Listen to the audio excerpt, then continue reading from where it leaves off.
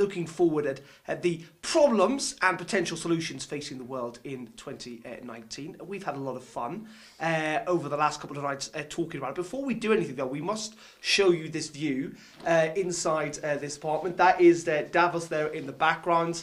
It's all rather nice, isn't it? It is. It's a pretty place. It's a pretty place. It is the most amazing view to wake up to every morning and have your breakfast at about 5 o'clock in the morning. By the way, I don't have this view. I hear yours is better. So anyway, let's talk about this week. So we started off with Inequality and that Oxfam report.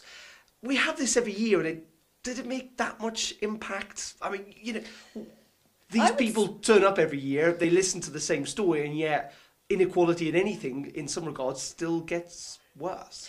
It does still get worse, but I think it's an issue that has moved up the agenda more and more. And now they're talking about globalization 4.0, and that's like this pervasive theme here that CEOs are discussing, and they're realizing they're going to have to broach the issue of inequality and become more inclusive, because the millennials are really looking at these companies and expecting them to act. So I think, yes, there is certainly massive amounts of kind of ground that has to be kind of moved before anything significant is going to happen.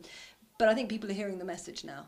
The other thing that's come up an awful lot this week is climate change, which I always think is a bit odd that we're talking about global warming when we're in a Swiss ski resort in the middle of January when it's freezing cold.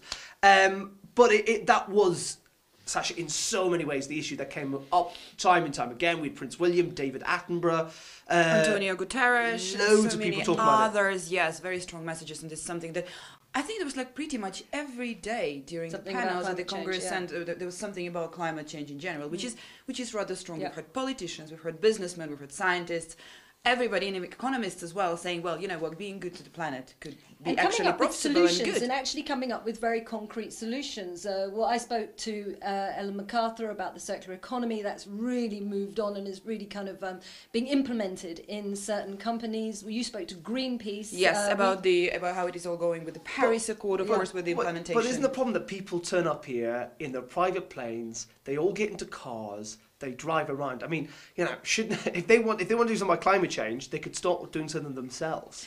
That I agree with. The planes is not great for the environment, but in kind of the World Economic Forum's defence, I think the cars that they use are kind of as emission-free as you can get.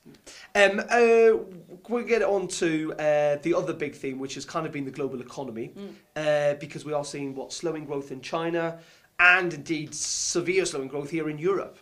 Absolutely. This was the report which was released by the International Monetary Fund on Monday, and today we also heard from Christine Lagarde on the final day of Davos 2019.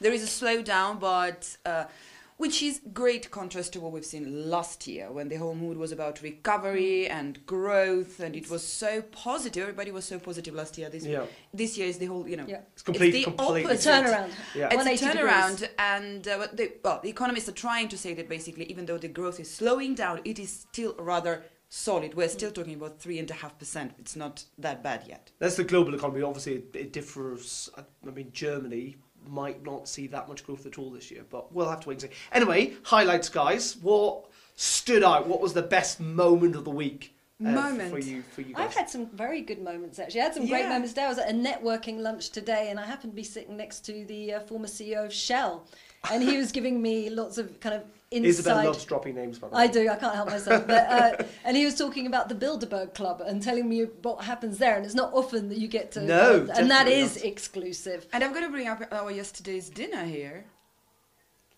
where we basically heard from George Soros with Isabel yesterday. Oh, absolutely. You forgot. No, I've forgotten. But so many things happening at the same time. So many people. Yes, so it was amazing. Basically, we were there and we were listening. He gave a speech which was very powerful, very interesting, and people in the room with us, they were communicating with him as well, and it was a great experience. It was absolutely. It was actually quite moving, I think, because he really had the room entirely engaged. Yes. And then we had that bizarre moment earlier on in the week as well when we were doing one of these and Prince William, the future King of England, walked in and had dinner in the corner. But that Davos is that type of place, isn't it? Absolutely. It absolutely is, yeah. But that is it. That's it, really, essentially, for another year. We are packing up and shipping out of here.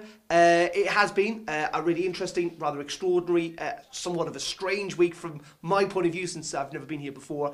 But thank you for tuning in, engaging us with us this week. I'm sure we'll be back next year. But from all of us, Goodbye. Bye-bye.